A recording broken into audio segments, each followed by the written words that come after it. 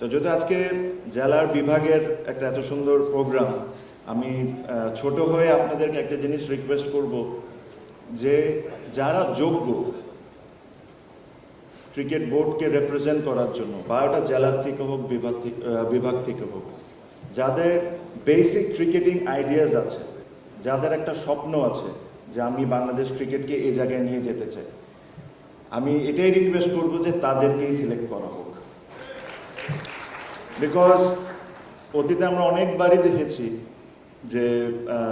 যখন জেলা বা বিভাগ থেকে আসেন তখন তারা জেলার বিভাগের থাকেন, ঠিক যখন ওনারা ক্রিকেট বোর্ডের ডিরেক্টর হন তখন ওনারা ক্রিকেট বোর্ড ডিরেক্টর হয়ে যান, জেলা বিভাগকে ভুলে যান। এখন অনেক জেলা বিভাগে আমি যাই, চিটাগংয়ে আমি নিজেও গিয়েছি, কয়েকদিন আগে বরিশালেও গিয়েছি। অনেক জেলা বিভাগ এখনও আছে যেখানে স্ট্যান্ডার্ড মেনটেন করে একটা ক্রিকেট লিগও হয় না। ক্রিকেটকে আমরা বলি বাংলাদেশের সবচেয়ে বড় স্পোর্টস, অবশ্যই football and other sports, my respect to all, but যদি আপনি বাংলাদেশের সবচেয়ে বড় স্পোর্টসকে এইভাবে করে যদি আমরা ট্রিট করি, এই জেলা বিভাগ থেকেই কিন্তু ডিরেক্টর হচ্ছেন, এই জেলা বিভাগ থেকেই কিন্তু ওনারা পলিসি মেনটেন করতেছেন, বাট তারা যদি তাদের জেলা বিভাগের জন্য কাজই না করে তাহলে ওনাদের তো